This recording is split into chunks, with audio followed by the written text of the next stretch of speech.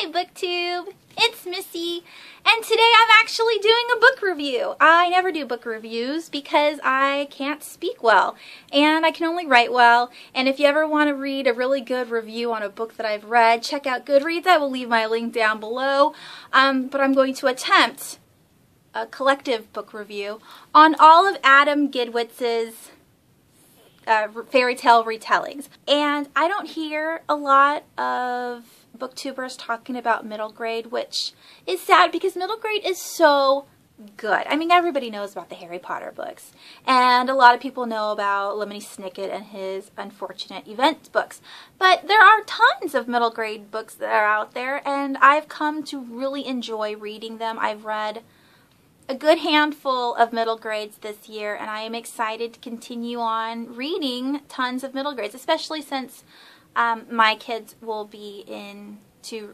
those types of books really soon with their grade level reading.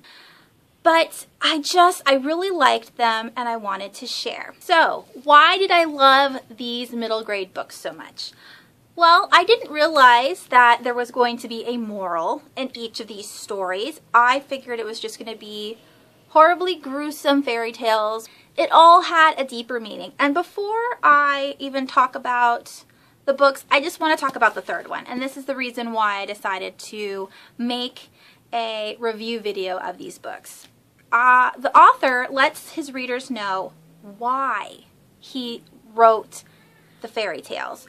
And there's a really good quote in this book, and I'm going to kind of read it for you guys just so you can get kind of the gist of why I liked it so much. So the quote that I want to read to you guys is from the author's notes at the back of the book. He says, and quote, you need to have the quotes so you know that I'm not plagiarizing, "Being the reader of a dark fairy tale is much like being the hero of one. Our lives are filled with pain, boredom, and fear. We want to venture into the dark wood to see the oddities and the beauties it holds, and to test ourselves against them. So we pick up a book of fairy tales. We test our courage and our understanding. Finally, we put the book down and return to our lives. Hopefully, just like the hero of the fairy tale, we return stronger, richer, and wiser." I don't want to well, I guess it might be a spoiler, it might not. I don't know. I'll just say it anyway. And if it's a spoiler, I do apologize.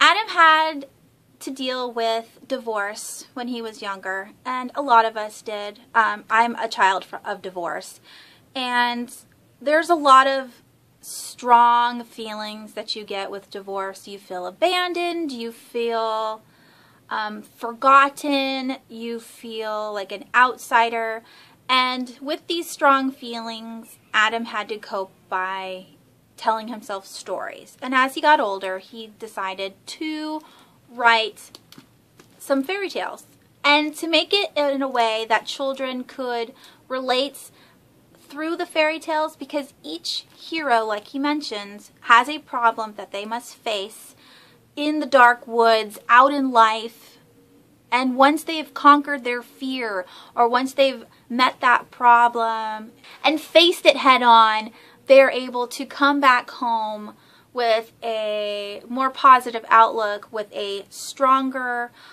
self-esteem, with courage and bravery and wisdom, and all of these really strong attributes that everyone aspires to have.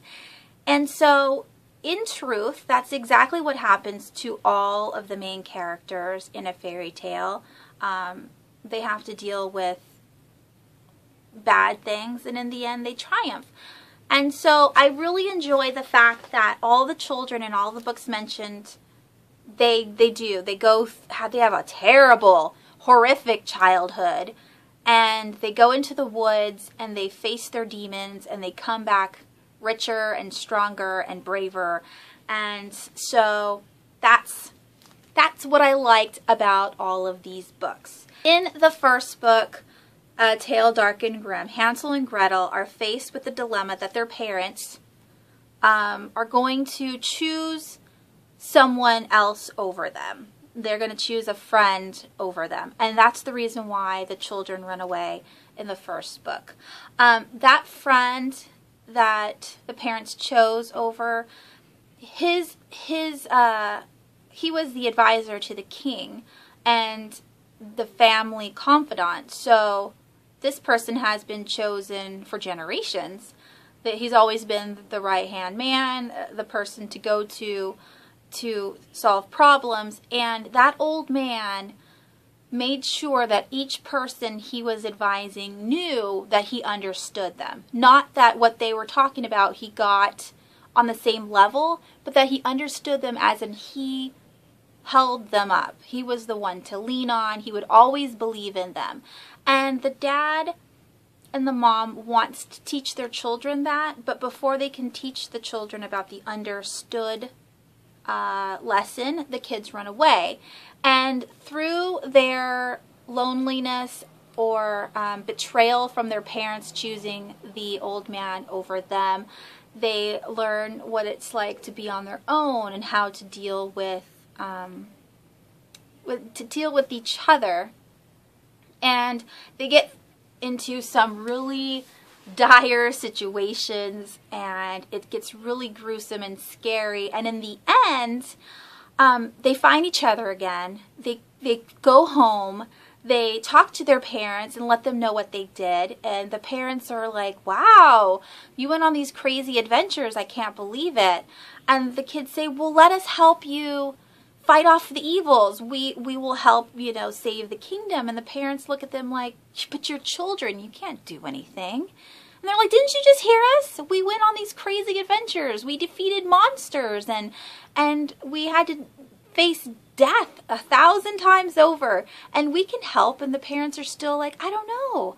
I don't know if I can trust you kids, And that was the moral, You can't just tell somebody you understand them. You have to be the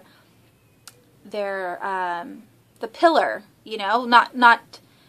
not to say that you need to agree all the time, but at least believe in them and trust them and have faith that what they are saying is what they believe in, and to help people out. So that's the first book. That's this one. I'm holding this up because I don't have, obviously, the library copy. Now, in the second book, A Glass Grimly, it talks about Jack and Jill. Jack is the cousin. Jill is the princess of Märchen, which is a German word for fairy tale or stories that you tell around the house.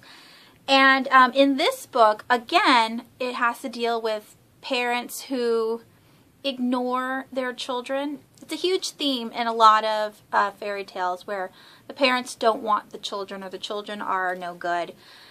And in this book, Jack and Jill are sick of the way they are being treated. The mom in this story ignores the daughter and only thinks about herself. The mom's very selfish, and the daughter looks up to the mom and wants her to see her, like really see her, but she never does. And the boy, the same thing. The dad has great expectations for his son, and his son never meets those expectations, and so the dad always sees him as a failure.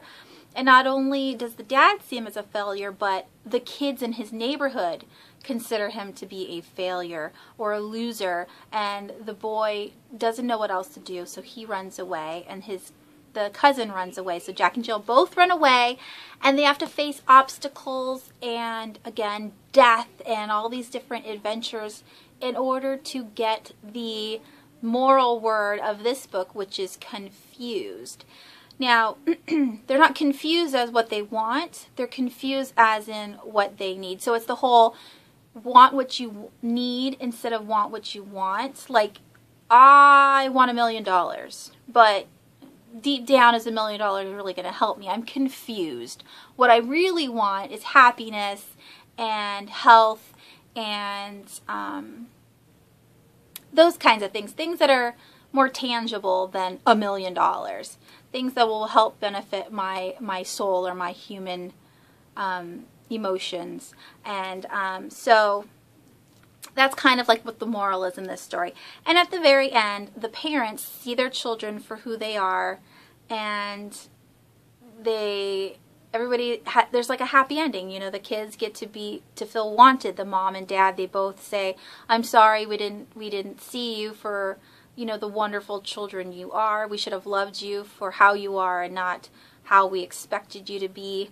And I really enjoyed it. Again, it's something that you could read as a kid, but there's stronger meaning as an adult to read these books and go, "Oh yeah, you know, that's how I felt when I was little, and I felt not misunderstood, and I felt unloved, and I felt nobody cared about my opinion," even though a child's opinion matters because they are people. You know, their ideas matter, and these books describe that and why they matter. And the last book, with the Grimm Conclusion, it's about Jorinda and Joringel, and these are twins, siblings.